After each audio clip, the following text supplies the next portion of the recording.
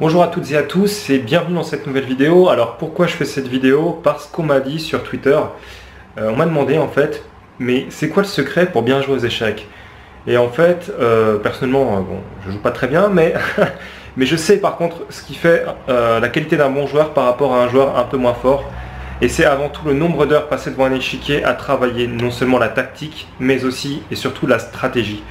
Et oui, si on ne travaille pas la stratégie, finalement il y a plein de raccourcis d'idées que l'on n'a pas, que l'on ne connaît pas et qu'on ne peut pas inventer sur l'échiquier.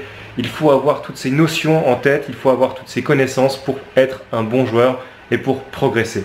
Donc justement aujourd'hui, ce qu'on va voir, c'est la stratégie et vous allez découvrir que finalement vous n'avez rien compris au jeu d'échecs et qu'il y a des positions dans lesquelles finalement vous vous tromperiez tout le temps parce que vous n'avez pas suffisamment étudié la stratégie. Allez, c'est parti au boulot.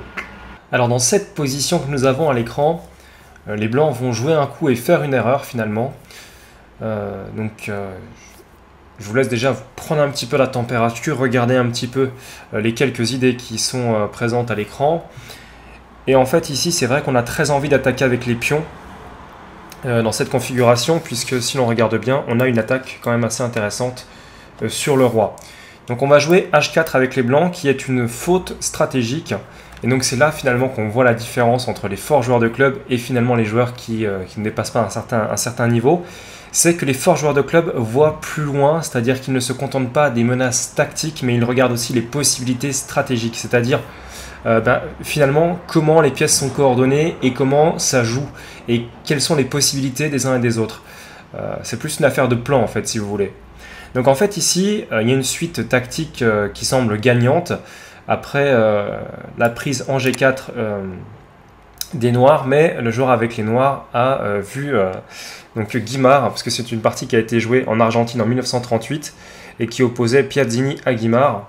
Donc Guimard avait vu finalement cette suite et avait compris que cette position était avantageuse, et on va comprendre pourquoi. Donc déjà après F prend G4, ça paraît complètement ridicule puisqu'il y a fou H7 échec, suivi de roi H8, et ici finalement un gain grâce à une découverte qui est introduit par cavalier G6 échec. Roi prend H7, cavalier prend F8 échec, donc double échec, hein, donc le roi doit partir sur G8 et cavalier prend E6 suivi de dame prend E6. Et en fait si on regarde bien la position, certes finalement les noirs ici ont perdu l'équivalent d'une qualité en fait, mais qu'est-ce qui se passe? Quel est finalement le fond de cette position? En fait, si on regarde bien, les deux tours ne peuvent pas jouer. Elles n'ont aucun jeu puisqu'elles sont enfermées derrière leur pion. Le cavalier en D6 à la case B5, la case C4 et la case D5 qui est disponible. On a ici un pion H4 finalement qui est faible, avec un roi blanc qui, de toute façon, d'une façon générale, est dans les courants d'air. Et une dame finalement blanche qui n'a pas beaucoup de jeu, hein, puisque la dame noire contrôle toutes les cases blanches. Donc on voit aussi un pilonnage finalement sur E3 qui va arriver, puisque finalement ce pion-là est très mal défendu. Et ici, donc il y a plusieurs possibilités. On va voir déjà ce qui s'est passé dans la partie, ensuite on verra l'autre possibilité qui aurait pu arriver dans cette partie. On va voir qu'en fait ici, eh bien tout simplement, les blancs sont tellement mal qu'ils n'en ont plus que pour quelques coups à subir les assauts des pièces noires. Ok, donc c'est parti avec F5. Alors pourquoi F5? Tout simplement parce que le cavalier menaçait de venir sur F5. Donc on verra après ce qui se serait passé sur H5 et la venue du cavalier sur F5 qui aurait été d'ailleurs très très forte. Donc ok, F5, dans cette configuration, le coup qui est joué, donc c'est Dame F6 pour venir taper sur le pion H4 finalement, hein, et créer des menaces, et on voit que la dame ne peut pas revenir assez vite couvrir sur les cases noires, donc on va avoir un problème avec les blancs. On joue roi G3, et maintenant finalement le plan des noirs est assez simple, il s'agit d'activer les pièces noires en attaque tout simplement. Donc après roi G3 on joue H5, donc un soutien finalement au pion G4, et les pièces vont pouvoir venir se coordonner pour aller taper sur ce roi blanc qui est vraiment exposé ici. Tour F4, alors pourquoi tour F4? Pour empêcher finalement le coup très fort d'attaque avec cavalier E4, puisque si on peut jouer cavalier E4 avec les noirs, on pourra jouer dame prend H4 et ça sera complètement plié.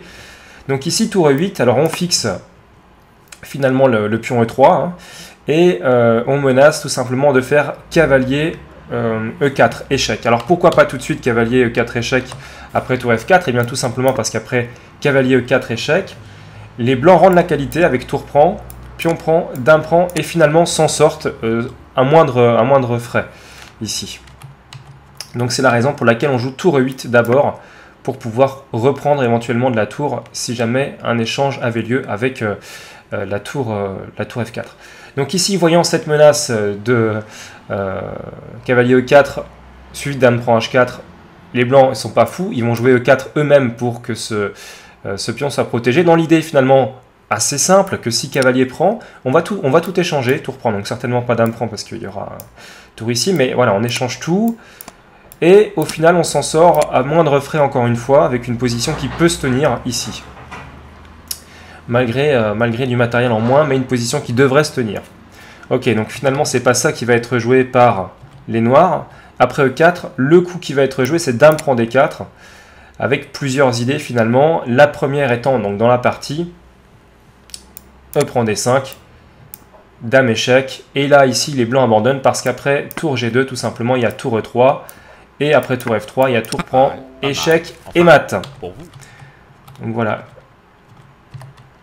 Alors, on va revenir un tout petit peu en arrière. Et on va voir finalement ce que je vous avais dit. Qu'est-ce qui se serait passé si à la place de F5, on avait joué H5. Alors là, il y a plusieurs possibilités. Donc ça permet cavalier F5. Donc cavalier F5, on va avoir déjà plusieurs possibilités. La dame qui a un plan de venir tout simplement sur H4. Ok, donc dame D3. Tour E8. Donc on bloque, on fixe ce pion. Hein. On renforce la pression. Donc tour F1 pour protéger. Donc ça défend E3, mais c'est un coin un peu vicieux qui prépare aussi la poussée E4. Il faut bien voir ça. Si on peut jouer E4 ici, on va pouvoir peut-être s'en sortir dans cette configuration. Donc, ici dame F6, donc plusieurs idées. La première, c'est de faire d'abord tour E4 pour fixer le pion, et ensuite de faire dame H4 et d'aller attaquer finalement avec la coordination de la dame et du cavalier. Donc ici, il peut y avoir tour H1, première variante que je vais montrer. Dans ce cas-là, on fixe avec tour E4 d'abord, et après dame D2, en fait, on va avoir un gain positionnel, enfin, qui va déboucher sur de la tactique derrière, ça va être G6. Ok, et finalement, ce qu'on va faire, c'est qu'on va pousser le pion H et le pion G, et on va gagner comme ça, puisque simplement le roi va se retrouver étouffé, devant les pions blancs. Hein, donc l'avance des pions G et H gagnera. Donc on va revenir en arrière, avec tour Fe1, finalement, au lieu de tour H1, pardon. Et ici, le coup suivant, c'est dame F6, donc comme on avait dit, avec l'idée de faire tour E4 et de faire dame H4 et d'aller mater. Ok, donc dans cette configuration, quel coup va être joué? Eh bien tout simplement E4 encore une fois pour empêcher finalement la tour de venir sur E4, donc on va certainement pas échanger. On fait cavalier prend. Et cavalier prend D4 est très fort. Alors qu'est-ce qui se passe sur... on peut voir tour E3, donc sur tour E3 il y a simplement cavalier E6 qui va attaquer sur F4, donc menace de fourchette. Bon, ça c'est imparable, on va être complètement sous les assauts des pièces noires ici, donc c'est même pas la peine d'analyser cette position. Ok, on va juste reprendre, donc ici à la place de tour E3, ce qu'on va faire c'est la prise sur D5, et en fait après la prise sur D5, on va rentrer dans une finale complètement gagnante. Après cavalier prend, tour prend, dame prend, et ici dame prend F4. Alors là, c'est un coup un peu vicieux que je vais vous demander de chercher après la prise sur C6, qui est logique hein, finalement ici, pour essayer de gagner le maximum de matériel, de récupérer le maximum de matériel pour les blancs. Et là, je vous demande de trouver le coup qui tue pour les noirs.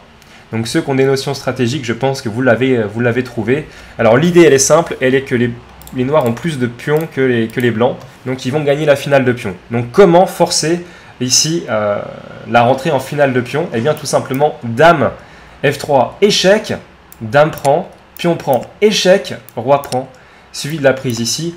Et cette finale, je peux vous l'assurer, est complètement perdante. Alors on peut voir par exemple le roi E4, c'était le coup le plus humain, il m'a semblé. Donc ok, roi F7, donc les coups pour passer ici, pour aller récupérer les pions ne marchent pas, parce qu'on va jouer G6, on va pousser le pion H et on va facilement aller à dame bien avant que le roi blanc ait pu faire quoi que ce soit. Donc en fait, ici, roi F5 semble être la seule idée. Et en fait, les noirs disposent d'un coup absolument extraordinaire. Donc il y en a deux en fait ici de coups extraordinaires. Soit on crée un pion passé avec G5, donc c'est ce que je vais vous montrer, soit on fait simplement G6. L'idée est la même, vous allez voir dans les deux cas, la réponse blanche, c'est la prise sur G6. Et maintenant, comment est-ce que vous gagnez avec les noirs dans cette position? Eh bien, tout simplement, roi G7 et après roi G7, en fait, les blancs sont en dessous de sang, le roi blanc doit partir, le roi noir va capturer le pion blanc, le dernier bastion de la position blanche sur G6, et le pion H va pousser.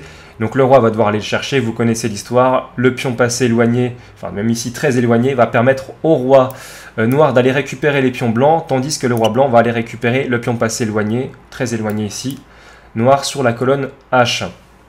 Voilà, donc on va gagner cette partie. Donc c'est pour vous montrer que le jeu d'échecs n'est pas si simple et qu'il n'y a pas que des suites tactiques, il faut vérifier aussi le jeu que va avoir l'adversaire et que vous allez avoir, et les menaces qui seront présentes sur l'échiquier après les suites tactiques, après les premiers coups finalement des combinaisons qui sont plus ou moins forcées. Comme on l'a vu ici, après H4, F prend G4, on croit gagner du matériel avec l'histoire de fou H7, roi H8, suite cavalier G6, on gagne une qualité. Mais en fait, il faut se rendre compte qu'après roi G8, cavalier prend E6, dame prend E6, ce sont les noirs qui sont mieux. Et donc c'est important de bien évaluer les positions pour voir qu'ici il y a de l'attaque pour les noirs et que c'est largement suffisant pour remporter la partie en seulement 12 coups. Voilà. Donc je vous dis à très bientôt pour de nouvelles vidéos. N'hésitez pas à laisser un petit like, à laisser un petit pouce vers le haut, à faire un don si cette vidéo vous a plu. Quant à moi, je vous dis à très bientôt et portez-vous bien et je vous souhaite de rapides progrès. Ciao, ciao.